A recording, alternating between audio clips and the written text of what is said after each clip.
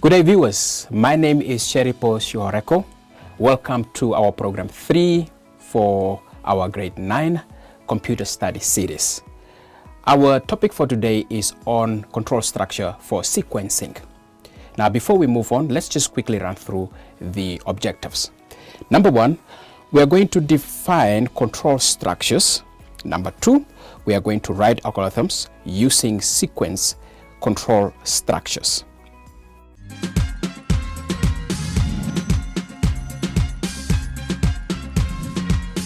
In algorithm, control structures are ways to specify the flow of control in programming or algorithms. Any algorithm can be clearer and more understood if there is a logic and control in the flow of steps ordered based on the condition given. Right. Now, sequential control in algorithm sequence involve simple steps that will be executed or carried out one after another. Each step is executed in the same order it appears. To make sure we understood how the order of the steps is important in a sequential control, I will use an example of baking a simple cake. Now let's say we have a simple white cake. The ingredients will be number 1, 1 cup of white sugar, half cup of butter, 2 eggs, and 2 teaspoons of vanilla essence, right? And 1.5 cup of cake flour, 1 3/4 teaspoon of baking powder, and a half cup of milk. Those are the ingredients. Now let's quickly go through the steps. Steps number 1, preheat the oven to 180 degrees Celsius, grease it, and the flour with say 9 by 9 inch of the baking pan, right? And then in step number 2, in a medium bowl, cream together the sugar and the butter, beat in the eggs one at a time, then stir the vanilla, right? Then combine the flour and the baking powder and add to the cream mixture and mix well. Finally, just stir in the milk until the butter is smooth. Pour the butter and prepare the pan.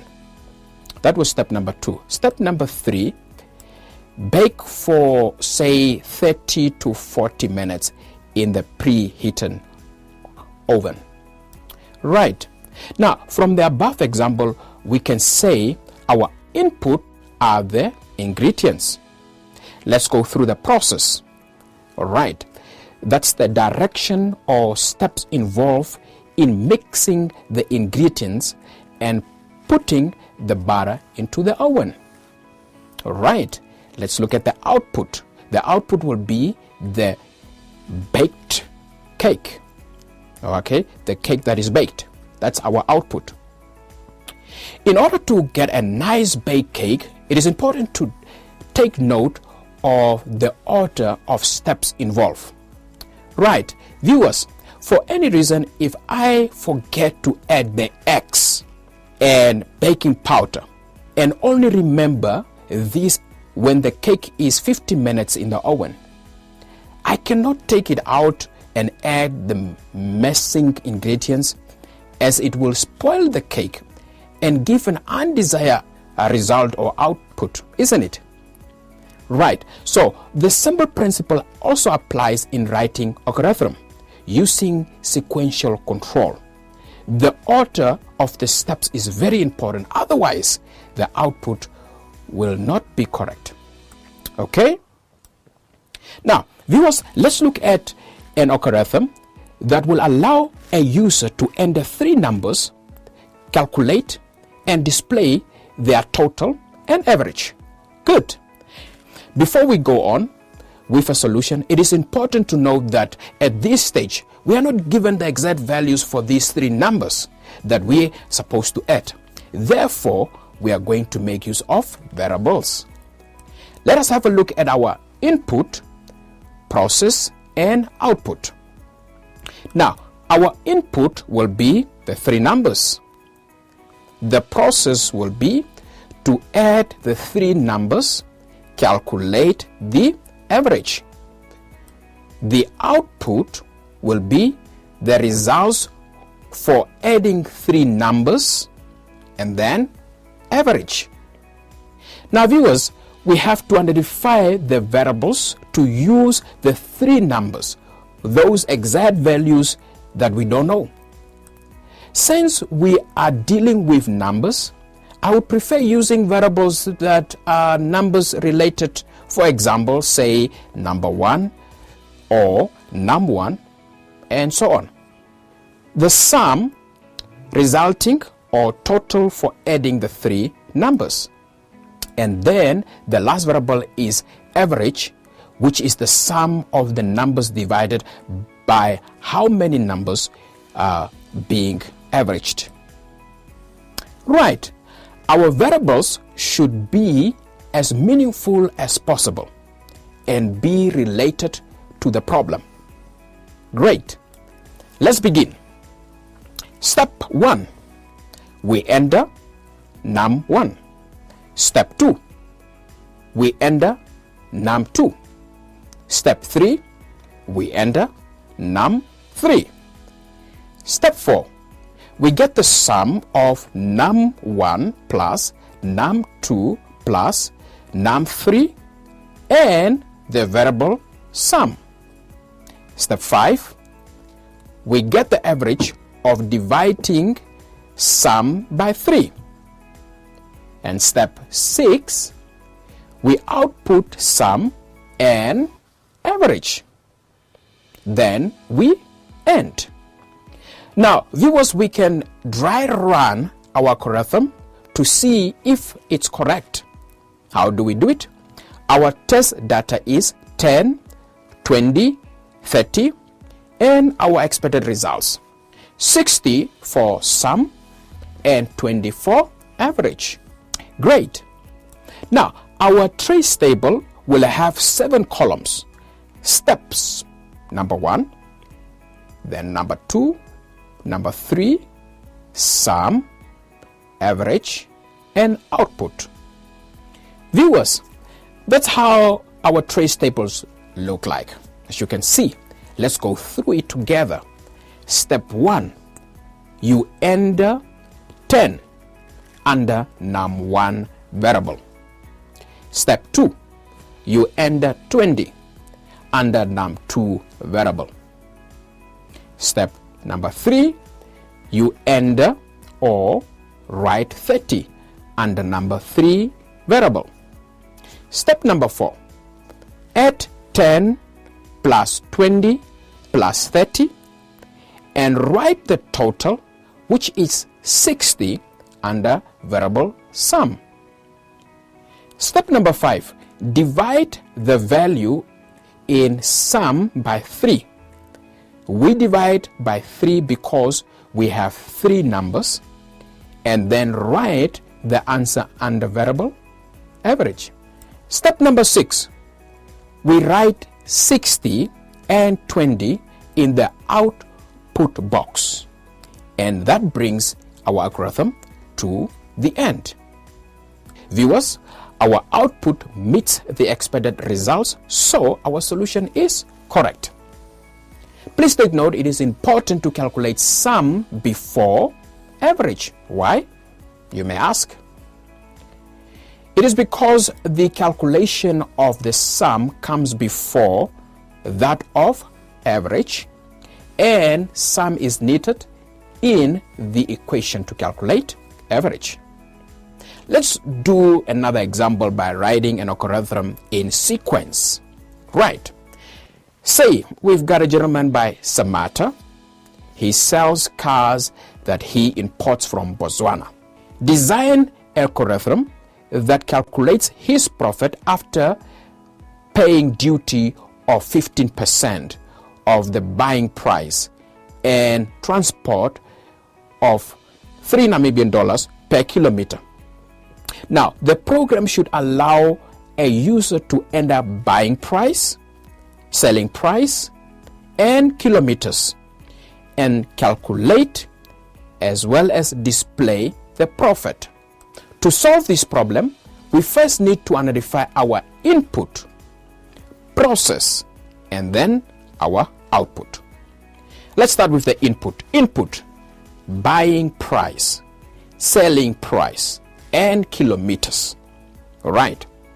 Now, to identify input, look for keywords such as enter, input, and read in the problem. All right.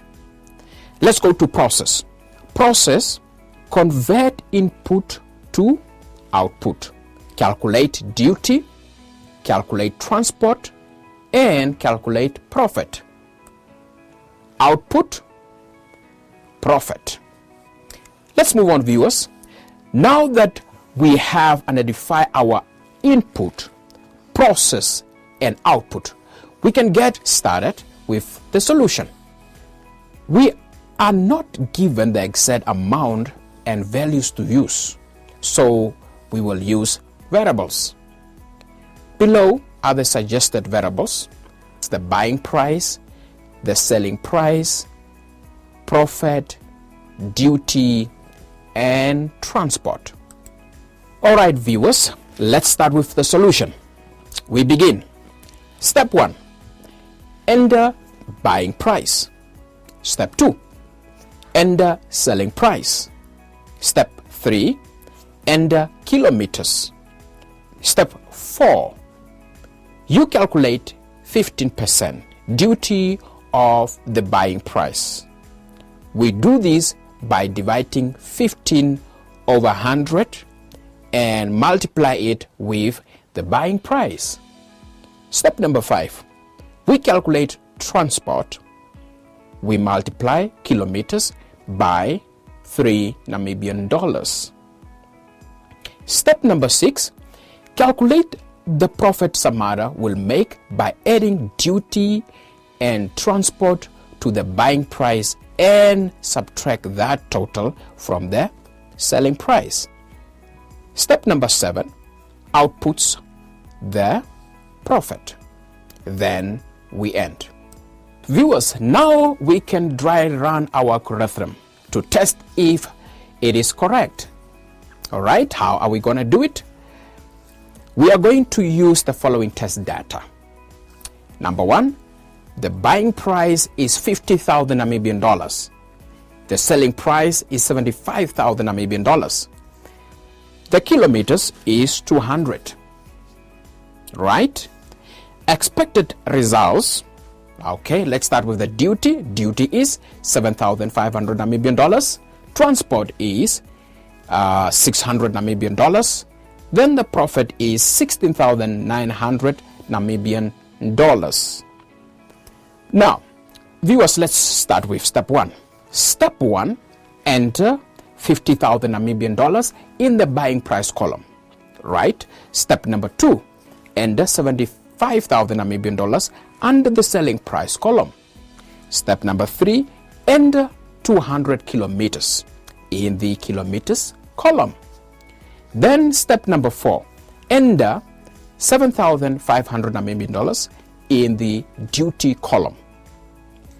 We got this value by multiplying 0.15 by 50,000, right? That's 15% times 50,000, and we got 7,500.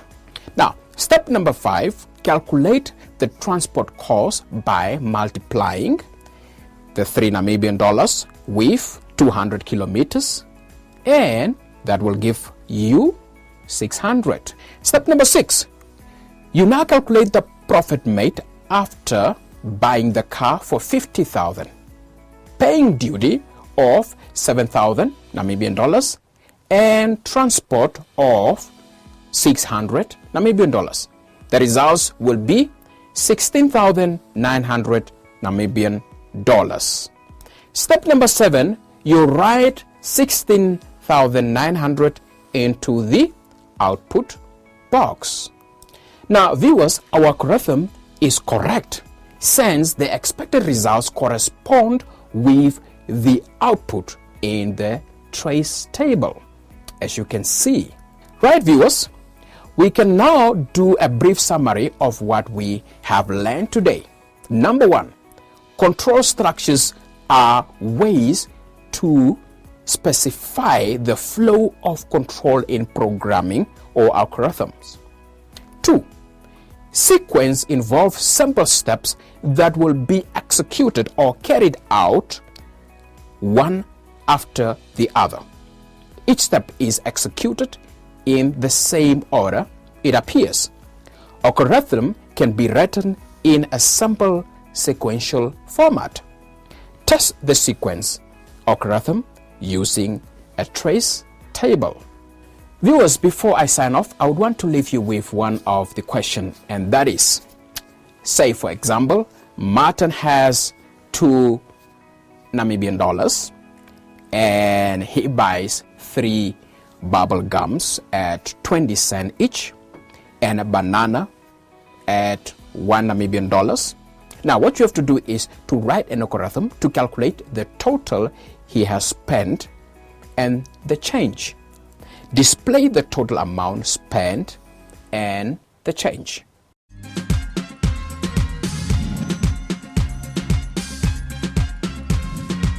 Viewers, we have come to the end of our lesson 3. I hope it was very informative.